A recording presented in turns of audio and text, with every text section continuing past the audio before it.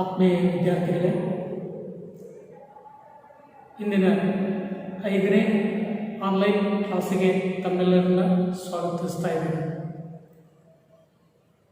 ಕಳೆದ ತರಗತಿಯಲ್ಲಿ ನಾವು ಸಮಾಜಶಾಸ್ತ್ರದ ಲಕ್ಷಣಗಳ ಬಗ್ಗೆ ಅಥವಾ ಸ್ವರೂಪದ ಬಗ್ಗೆ ಅಧ್ಯಯನ ಮಾಡಿದ್ದೇವೆ.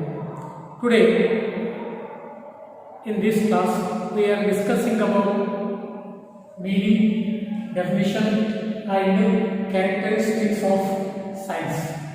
ವಿಜ್ಞಾನದ ಅರ್ಥ, ವ್ಯಾಖ್ಯೆ ಮತ್ತು ಲಕ್ಷಣಗಳ ಬಗ್ಗೆ ನಾವು ಇವತ್ತು ಅಧ್ಯಯನ ಮಾಡ್ತಾ ಇದ್ದೀವಿ. ವಿಜ್ಞಾನ ಅನ್ನುವಂಥದ್ದು ಜ್ಞಾನವನ್ನು ಕುರಿತಾಗಿರುವಂಥದ್ದು. ಜ್ಞಾನ ಸಂಪಾದನೆ ವಿಜ್ಞಾನದ ಅಂತಿಮವಾದಂಥ ಉದ್ದೇಶ ಆಗಿದೆ. ವಿಜ್ಞಾನ ಜ್ಞಾನವನ್ನು ಕುರಿತಾಗಿರುವಂಥದ್ದು. ಜ್ಞಾನ ಸಂಪಾದನೆ ವಿಜ್ಞಾನದ ಅಂತಿಮ ಉದ್ದೇಶ ಆಗಿದೆ. ಅದರ ಅಂತಿಮವಾದಂಥ ಉದ್ದೇಶ ಜ್ಞಾನ ಸಂಪಾದನೆ ಆಗಿದೆ. Science is essentially knowledge. The ultimate objective of science is to acquire knowledge. ವಿಜ್ಞಾನ ಎಂಬ ಪದವು ಲ್ಯಾಟಿನ್ ಭಾಷೆಯ ಸೈನ್ಸಿಯಾ ಅನ್ನುವಂಥ ಪದದಿಂದ ಉತ್ಪತ್ತಿಯಾಗಿದೆ.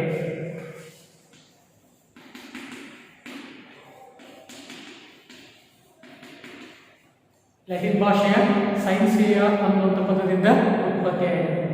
ಸೈನ್ಸಿಯಾ ಅಂತಂದ್ರೆ ಜ್ಞಾನ ಅಂತೇಳಿ ಅರ್ಥ.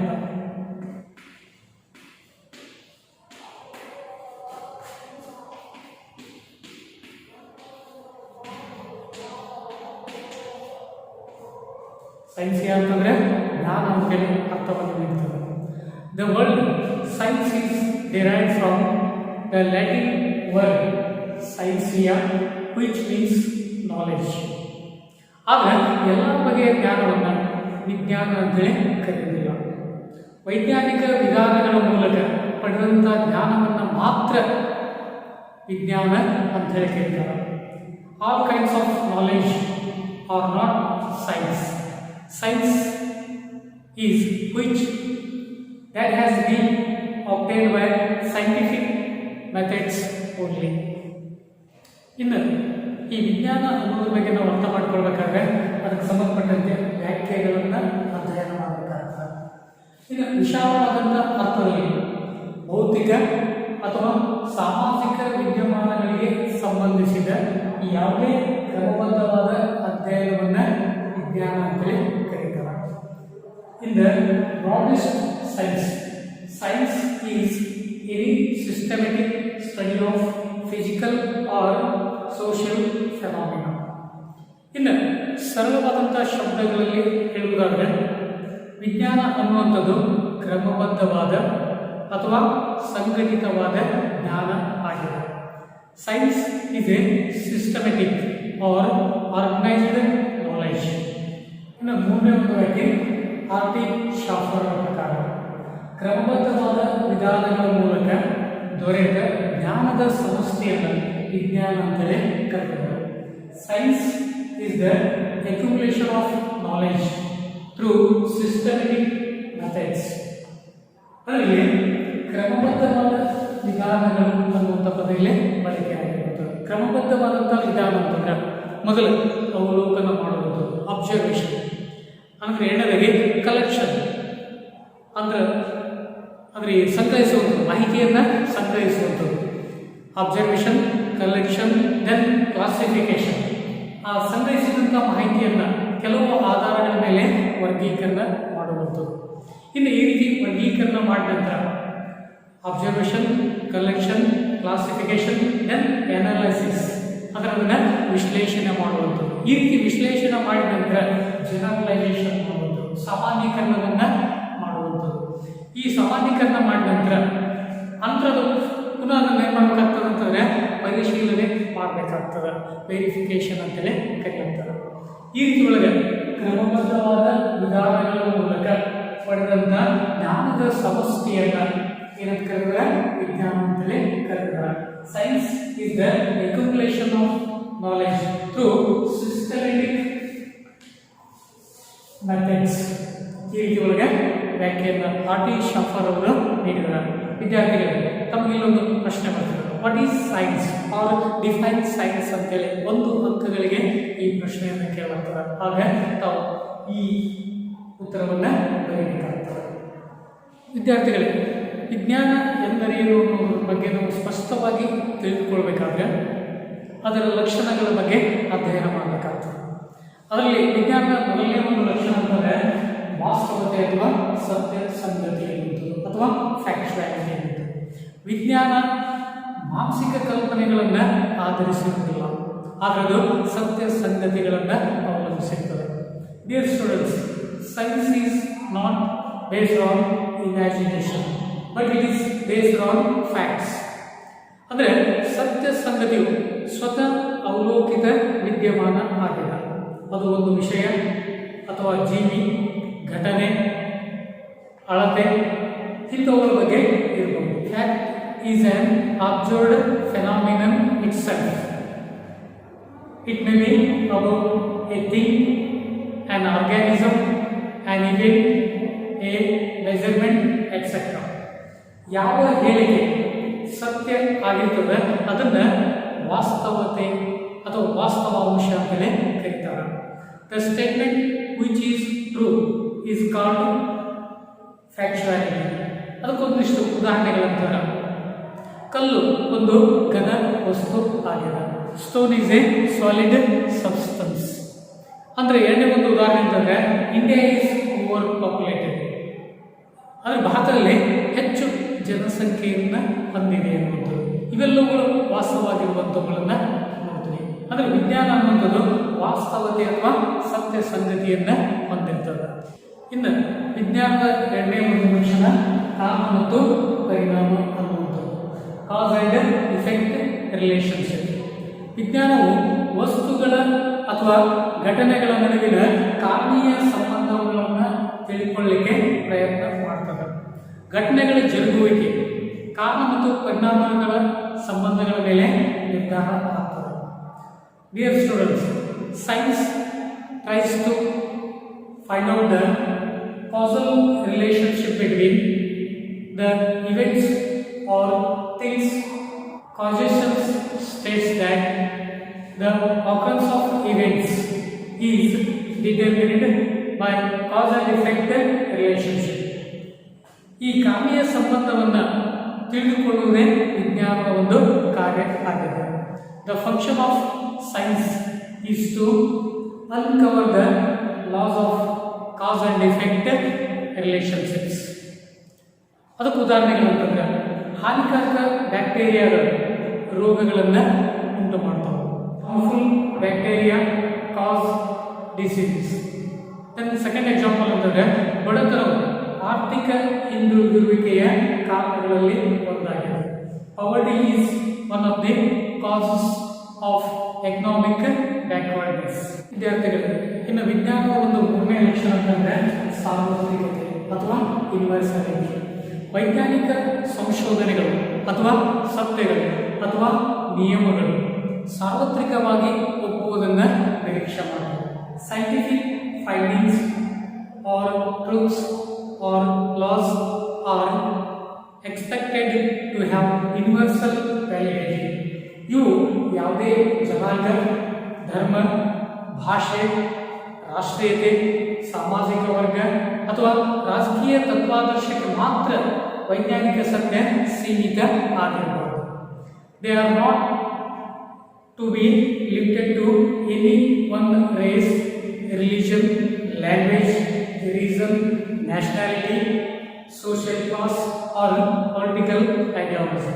ವಿದ್ಯಾರ್ಥಿಗಳು, ಇದರರ್ಥ ವೈಜ್ಞಾನಿಕ ನಿಯಮಗಳು ಅಥವಾ ಆವಿಷ್ಕಾರಗಳು ತಮ್ಮ ವೈಜ್ಞಾನಿಕ ಮೌಲ್ಯದ ದೃಷ್ಟಿಯಿಂದ ತಮ್ಮನ್ನು ಸಂಪೂರ್ಣವಾಗಿ ಮೌಲ್ಯಮಾಪನ ಮಾಡಲಿಕ್ಕೆ ಅನುಮತಿಯನ್ನು ನೀಡಬೇಕಾಗ್ತದೆ. It means scientific laws or findings must allow themselves to be evaluated purely in terms of their scientific worth. For example, fire burns, ಬೆಂಕಿ ಸುತ್ತುತ್ತದೆ. ಇದು ಸಾರ್ವತ್ರಿಕ ಆಗಿರುವಂಥದ್ದು. ಅಂದರೆ ವಾಟರ್ ಫ್ಲೋಸ್, ನೀರು ಹರಿತಾ ಇರುವಂಥದ್ದು, ಅಂದ್ರೆ ವಿಂಡ್ ಬ್ಲೋಸ್, ಗಾಳಿ ಬೀಸ್ತಾ ಇರುವಂಥದ್ದು. ಇವೆಲ್ಲವುಗಳೇನಂತಂದ್ರೆ ಸಾರ್ವತ್ರಿಕವಾದಂಥವು. ಇವುಗಳನ್ನ ಎಲ್ಲೇ ಯಾರೇ ಯಾವಾಗ ಪರೀಕ್ಷೆ ಮಾಡಿದರೂ ಸಹ ಇವುಗಳ ಒಂದು ಫಲಿತಾಂಶ ಒಂದೇ ರೀತಿಯಾಗಿ ಇರಬೇಕಾಗ್ತದೆ. ಇದು ವಿಜ್ಞಾನದ ಮೂರನೇ ಒಂದು ಲಕ್ಷಣ ಆಗಿದೆ. ಇನ್ನು ವಿಜ್ಞಾನದ ಒಂದು ನಾಲ್ಕನೇ ಲಕ್ಷಣ ಭವಿಷ್ಯ ಸೂಚಕತೆ, ಪ್ರೆಡಿಕ್ಟೇಬಿಲಿಟಿ. ಅಂದರೆ ಈ ಭವಿಷ್ಯ ಸೂಚಕತೆ ಅಂತಂದ್ರೆ ಮುಂದಾಗುವ ಘಟನೆಗಳನ್ನು ಅಥವಾ ಘಟನೆಯನ್ನು ಅಥವಾ ಘಟನೆಗಳ ಸರಣಿಯನ್ನು ಮೊದಲೇ ಸೂಚಿಸುವುದಕ್ಕೆ ಭವಿಷ್ಯ ಸೂಚಕತೆ ಅಂತೇಳಿ ಕರೀತಾರೆ. Prediction means foretelling of an event or set of events. ಅಂದರೆ ಖಚಿತವಾಗಿ ಭವಿಷ್ಯವನ್ನು ಸೂಚಿಸುವಂಥದ್ದು ವಿಜ್ಞಾನದ ಕಾರ್ಯಗಳಲ್ಲಿ ಒಂದಾಗಿದೆ. Making prediction is one of the tasks of science. ಸಮಾಜ ವಿಜ್ಞಾನಗಳಲ್ಲಿ ಭವಿಷ್ಯ ಸೂಚಿಸುವಂಥದ್ದು ಕಷ್ಟವಾದರೂ ಅಸಾಧ್ಯ ಏನೂ ಅಲ್ಲ. Indication of future in social science is rather difficult but not impossible. ಅದಕ್ಕೆ ಉದಾಹರಣೆಗಳಂತಂದರೆ ಭೌತಿಕ ವಿದ್ಯಮಾನಗಳಾದಂಥ ಭೂಕಂಪ, ಗ್ರಹಣಗಳು, ಚಂಡಮಾರುತಗಳು, ಮಳೆ ಬೀಳುವಂಥದ್ದು, ಇವುಗಳ ಬಗ್ಗೆ ವಿಜ್ಞಾನಿಗಳು ಭವಿಷ್ಯ ಸೂಚಕ ಮಾಹಿತಿಯನ್ನು ನೀಡ್ತಾ ಇದ್ದಾರೆ. Physical scientist make predictions about earthquake, eclipses, cyclones, rainfall and so on. ಇದೇ ರೀತಿ ಜನಸಂಖ್ಯೆ ಏರಿಳಿತಗಳ ಬಗ್ಗೆ, ಆರ್ಥಿಕ ಬೆಳವಣಿಗೆಗಳ ಬಗ್ಗೆ, ಸಾಕ್ಷರತೆ ಹೆಚ್ಚಳದ ಬಗ್ಗೆ, ಕುಟುಂಬದ ವಿಘಟನೆ ಅಥವಾ ವಿವಾಹ ವಿಚ್ಛೇದನಗಳ ಬಗ್ಗೆ ಸಮಾಜ ವಿಜ್ಞಾನಿಗಳು ನಂಬಲು ಅರ್ಹವಾದಂಥ ಭವಿಷ್ಯ ಸೂಚಿಸುವ ಪ್ರಯತ್ನವನ್ನು ನಡೆಸಿದ್ದಾರೆ. Predictions are being made by social scientists about demographic trends, rate of economic growth, rate of increasing literacy, family disorganization or divorce and so on. ವಿದ್ಯಾರ್ಥಿಗಳೇ, ಇನ್ನು ವಿಜ್ಞಾನದ ಐದನೇ ಒಂದು ಲಕ್ಷಣ ದೃಢೀಕರಣ ಅಥವಾ ವೆರಿಫಿಕೇಶನ್ ಅನ್ನುವಂಥದ್ದು. ವಿಜ್ಞಾನವು ದೃಢೀಕರಣವನ್ನು ಆಧರಿಸಿದೆ. ಈ ತತ್ವದಂತೆ ಒಂದು ಪ್ರತಿಪಾದನೆ ಅಥವಾ ಪ್ರಾಕ್ಕಲ್ಪನೆ ಅಥವಾ ಹೇಳಿಕೆ ದೃಢೀಕರಣ ಯೋಗ್ಯ ಆಗಿದ್ದರೆ ಮಾತ್ರ ಅದನ್ನು ವೈಜ್ಞಾನಿಕ ಅಂತಲೇ ಒಪ್ಪಿಕೊಳ್ಬಹುದು. Dear students, science is based on verification. According to this principles, proposition or hypothesis or statement can be accepted as scientific only if it is verifiable. ವಿದ್ಯಾರ್ಥಿಗಳು, ದೃಢೀಕರಣ ಅಥವಾ ಪ್ರಮಾಣೀಕರಣ ಅಂದ್ರೆ ಒಂದು ಹೇಳಿಕೆ ಅಥವಾ ಪ್ರಾಕ್ಕಲ್ಪನೆಯ ಸತ್ಯತೆಯನ್ನು ಸ್ಥಾಪಿಸಲು ಅನುಸರಿಸುವ ಯಾವುದೇ ವಿಧಾನ ಅಂತಲೇ ಹೇಳಲಾಗ್ತದೆ. Verification means to any procedure regarded as establishing the truth of a proposition or hypothesis. ಹೇಳಿಕೆಯನ್ನು ದೃಢೀಕರಿಸುವುದರಿಂದ ಸಾಮಾನ್ಯವಾಗಿ ಪ್ರಾಯೋಗಿಕ ಅಥವಾ ಅವಲೋಕನ ರೀತಿಯ ಪುರಾವೆಗಳನ್ನು ಅಥವಾ ಸಾಕ್ಷ್ಯಗಳನ್ನು ನೀಡಿ ಅದನ್ನು ನಿಜ ಅರ್ಥದಲ್ಲಿ ನಂಬುವಂತೆ ಮಾಡುವುದಾಗಿದೆ. To verify a statement is to provide evidence, generally of an empirical or observational kind, for believing it to be true. ಅದಕ್ಕೆ ಉದಾಹರಣೆಗಳಂತಂದ್ರೆ ಭೂಮಿಯು ಸೂರ್ಯನ ಸುತ್ತ ತಿರುಗುವುದು. ಇದಕ್ಕೆ ನಾವು ಸಾಕ್ಷ್ಯಾಧಾರಗಳನ್ನು ನೀಡಬಹುದು ಅಥವಾ ಪುರಾವೆಗಳನ್ನು ನೀಡಲಿಕ್ಕೆ ಸಾಧ್ಯವಿದೆ. ಭೂಮಿಗಿಂತಲೂ ಸೂರ್ಯ ದೊಡ್ಡ ಗ್ರಹ. ಇದು ಎರಡನೇ ಒಂದು ಉದಾಹರಣೆ. The sun is bigger than the earth. ಇನ್ನು ಮೂರನೇದು, ಮಾನವರೆಲ್ಲರೂ ಮರಣವನ್ನು ಹೊಂದುವಂಥವರು, ಒಂದಿಲ್ಲೊಂದು ದಿನ ಮರಣಕ್ಕೆ ತುತ್ತಾಗುವಂಥವರು ಅಂತ. ಆಲ್ ಮೆನ್ ಆರ್ ಮಾರ್ಟಲ್ ಅನ್ನುವಂಥದ್ದು. ಈ ರೀತಿ ಒಳಗೆ ವಿಜ್ಞಾನ ಅನ್ನುವಂಥದ್ದು ಈ ದೃಢೀಕರಣ ತತ್ವವನ್ನು ಆಧರಿಸಿ ನಿಂತಿರುವಂಥದ್ದು. ಇನ್ನು ವಿಜ್ಞಾನದ ಆರನೇ ಒಂದು ಲಕ್ಷಣ ವಸ್ತುನಿಷ್ಠತೆ ಅಥವಾ ಮೌಲ್ಯ ನಿರಪೇಕ್ಷತೆ, ಅಬ್ಜೆಕ್ಟಿವಿಟಿ ಆ್ಯಂಡ್ ವ್ಯಾಲ್ಯೂ ನ್ಯೂಟ್ರಾಲಿಟಿ ಅನ್ನುವಂಥದ್ದು. ವಿಜ್ಞಾನಿಗಳು ವಸ್ತುನಿಷ್ಠರಾಗಿರಬೇಕಂತಲೇ ವಿಜ್ಞಾನ ಬಯಸ್ತದೆ. Science expects scientists to be objective. ವಸ್ತುನಿಷ್ಠತೆ ಅಂದರೆ ಅವಲೋಕನಗಳನ್ನು ಮಾಡುವಾಗ ಮತ್ತು ವ್ಯಾಖ್ಯಾನಿಸುವಾಗ ಯಾವುದೇ ಬಗೆಯ ಪೂರ್ವಾಗ್ರಹಗಳಿಂದ ಮುಕ್ತ ಆಗಿರುವುದಂತೇಳಿ ಅರ್ಥ. Objectivity means being free from any type of bias in making or interpreting observation. ಅಂದರೆ ಅವಲೋಕನಗಳನ್ನು ಮಾಡುವಾಗ ಅಥವಾ ವ್ಯಾಖ್ಯಾನಿಸುವಾಗ ಪಕ್ಷಪಾತ ಇರಬಾರದು. Objectivity implies an absence of bias in making or interpreting observations. ವಿಜ್ಞಾನಿಗಳು ಸತ್ಯಗಳನ್ನು ತಾವಾಗಿಯೇ ಬಹಿರಂಗಪಡಿಸಲಿಕ್ಕೆ ಅನುಮತಿಯನ್ನು ನೀಡಬೇಕು.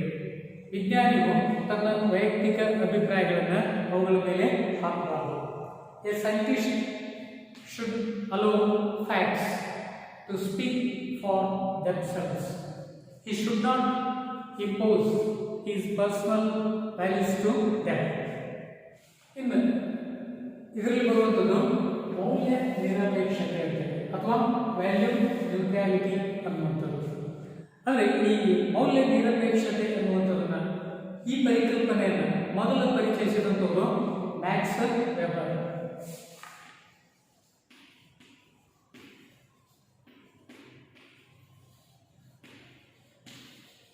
ಈ ಪರಿಕಲ್ಪನೆಯನ್ನು ಮೊದಲು ಪರಿಚಯಿಸಿದಂಥವರು ಮ್ಯಾಕ್ಸ್ ವೆಬರ್ ಅನ್ನುವಂಥವರು. ಇವ್ರ ಪ್ರಕಾರ ಯಾವುದೇ ಸಂಶೋಧಕರಾಗಲಿ ಅಥವಾ ವಿಜ್ಞಾನಿಯಾಗಲಿ ತನ್ನ ವ್ಯಕ್ತಿಗತ ಮೌಲ್ಯಗಳು ಅಥವಾ ತಾತ್ವಿಕ ನಿಲುವುಗಳಿಗೆ ಪೂರಕವಾದಂಥ ವಿಧಾನಗಳನ್ನು ಆಯ್ಕೆ ಮಾಡಿಕೊಂಡು ದತ್ತಾಂಶಗಳನ್ನು ವ್ಯಾಖ್ಯಾನಿಸುವಂಥ ಪ್ರಯತ್ನ ಮಾಡಬಾರದು. This concept was first introduced by Max Weber. According to him, no researcher or scientist should not choose methods and interpret data in ways that favor his personal values or ideological stance. ಇದು ಸಂಶೋಧಕನು ತನ್ನ ಅಧ್ಯಯನ ಅಥವಾ ಸಂಶೋಧನೆ ಮೇಲೆ ಮೌಲ್ಯಗಳ ಪ್ರಭಾವ ನಿಯಂತ್ರಿಸುವುದನ್ನು ಸೂಚಿಸುತ್ತದೆ. It implies that the researcher must control the influence of values on his studies or research. ವಿದ್ಯಾರ್ಥಿಗಳಿಗೆ ಇನ್ನು ಈ ವಿಜ್ಞಾನದ 7ನೇ ಒಂದು ಲಕ್ಷಣ ವೈಜ್ಞಾನಿಕ ವಿಧಾನಗಳು ಹಾಗೂ ತಂತ್ರಗಳ ಮೇಲೆ ವಿಶೇಷವಾದ ಗಮನ. Special insistence on scientific method and techniques ಅನ್ನುವಂಥದ್ದು. ಇದು ವಿಜ್ಞಾನದ 7ನೇ ಒಂದು ಲಕ್ಷಣ. ಜ್ಞಾನದ ಯಾವುದೇ ಒಂದು ಶಾಖೆ ವಿಜ್ಞಾನ ಅಂತೇಳಿ ಕರೆಸಿಕೊಳ್ಬೇಕಾದ್ರೆ ಅದು ವೈಜ್ಞಾನಿಕ ವಿಧಾನವನ್ನು ಅವಲಂಬಿಸಿರಬೇಕಾಗ್ತದೆ. A branch of knowledge can be called as a science only it must depend on scientific method. ವೈಜ್ಞಾನಿಕ ವಿಧಾನಕ್ಕೆ ತಳಹದಿ ಹಾಕಿದಂಥ Francis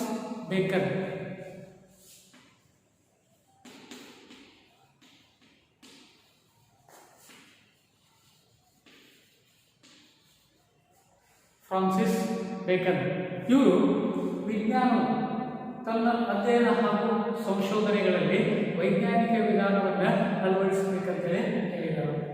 Francis beacon who laid the foundation of scientific method insisted that science should a systematic method in its studies implement.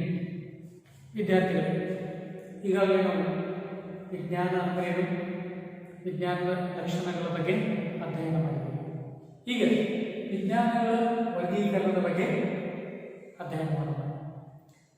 ಜ್ಞಾನದ ಕ್ಷೇತ್ರ ಬಹಳಷ್ಟು ವಿಶಾಲವಾಗಿರುವಂಥದ್ದು, ಅದಕ್ಕೆ ಇತಿಮಿತಿಗಳು ಇಲ್ಲ. ಆದ್ದರಿಂದ ಜ್ಞಾನವನ್ನು ಸಾಗರಕ್ಕೆ ಹೋಲಿಸ್ತಾರೆ. ಜ್ಞಾನ ಸಾಗರ ಅಂತಲೇ ಕರೀತಾರೆ. The field of knowledge is very broad. It has no limits. So knowledge is compared with ocean. Therefore, it is known as ocean of knowledge. ಜ್ಞಾನದ ವಿವಿಧ ಕ್ಷೇತ್ರಗಳನ್ನು ಅಧ್ಯಯನ ಮಾಡಲಿಕ್ಕೆ ಒಂದೊಂದು ವಿಜ್ಞಾನವೇ ಹುಟ್ಟಿಕೊಂಡಿದೆ. ಈ ವಿಜ್ಞಾನಗಳನ್ನು ಎರಡು ಪ್ರಕಾರಗಳನ್ನಾಗಿ ವಿಂಗಡಿಸಲಾಗಿದೆ. ಅವುಗಳಲ್ಲಿ ನೈಸರ್ಗಿಕ ಅಥವಾ ಭೌತ ವಿಜ್ಞಾನಗಳು ಅಂತಲೇ, ಇನ್ನು ಎರಡನೇದು ಸಮಾಜ ವಿಜ್ಞಾನಗಳು ಅಂತಲೇ. Many sciences have emerged to study different fields of knowledge. These sciences are classified into two types, namely natural sciences or physical sciences. Then second one, social sciences. ಇದರಲ್ಲಿ ಮೊದಲೇ ಒಂದು ಪ್ರಕಾರ ನೈಸರ್ಗಿಕ ಅಥವಾ ಭೌತ ವಿಜ್ಞಾನ, natural sciences or physical sciences. ನೈಸರ್ಗಿಕ ವಿಜ್ಞಾನಗಳು ಭೌತಿಕ ಜಗತ್ತನ್ನು ವೈಜ್ಞಾನಿಕವಾಗಿ ಅಧ್ಯಯನ ಮಾಡ್ತವೆ.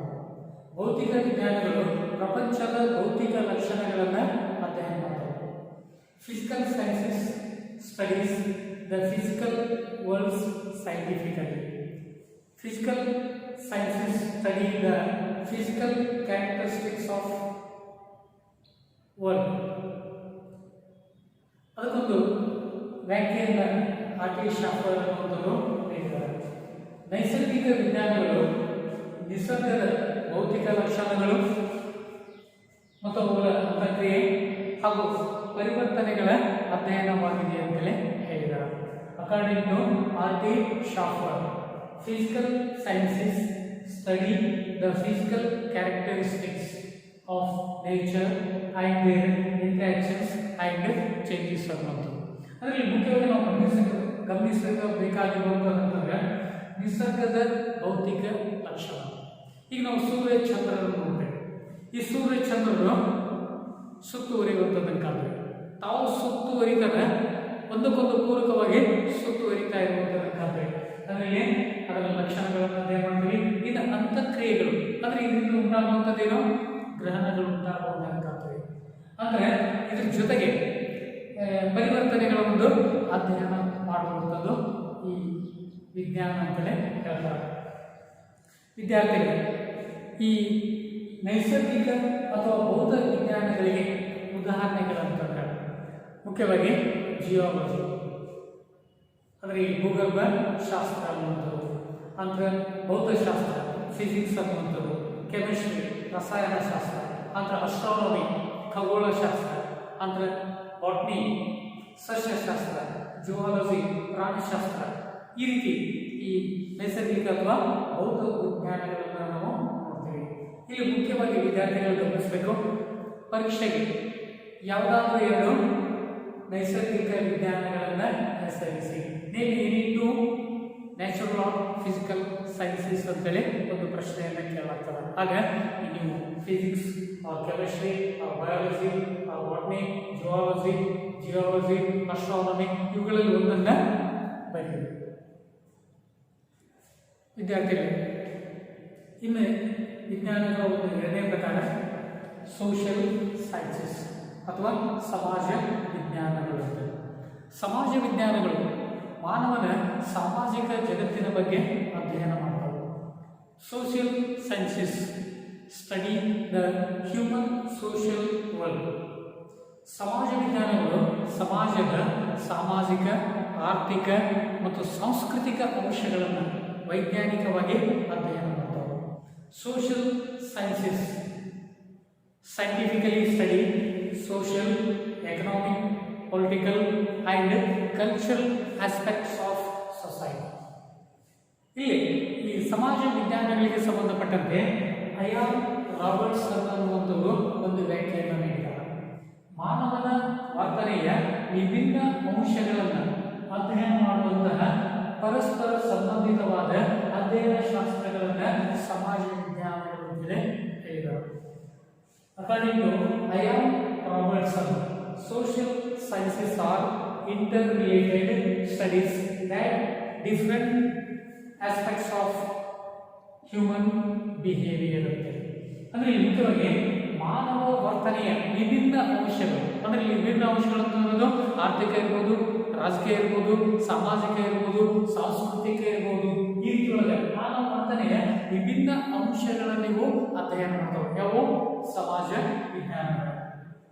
ಮತ್ತು ಇದ್ರ ಜೊತೆಗೆ ಪರಸ್ಪರ ಸಂಬಂಧಿತವಾದಂಥವುಗಳು, ಅಂದರೆ ಈ ಎಲ್ಲ ಸಮಾಜ ವಿಜ್ಞಾನಗಳು ಒಂದಕ್ಕೊಂದು ಸಂಬಂಧವನ್ನು ಹೊಂದಿರುವಂಥವುಗಳು. ಅಂದರೆ ಇತಿಹಾಸ, ಅರ್ಥಶಾಸ್ತ್ರ, ಸಮಾಜಶಾಸ್ತ್ರ, ರಾಜ್ಯಶಾಸ್ತ್ರ, ಮನಃಶಾಸ್ತ್ರ ಮತ್ತು ಮಾನವಶಾಸ್ತ್ರ ಅನ್ನುವಂಥವುಗಳು ಇವೆಲ್ಲವುಗಳು ಸಮಾಜ ವಿಜ್ಞಾನಗಳಿಗೆ ಉದಾಹರಣೆಗಳು. History, economics, political science, anthropology, psychology, all these social sciences are interrelated ಅಂತ ಹೇಳಿ ಹೇಳಿದ್ದಾರೆ. ಇದು ಸಮಾಜ ವಿಜ್ಞಾನಗಳ ಬಗ್ಗೆ.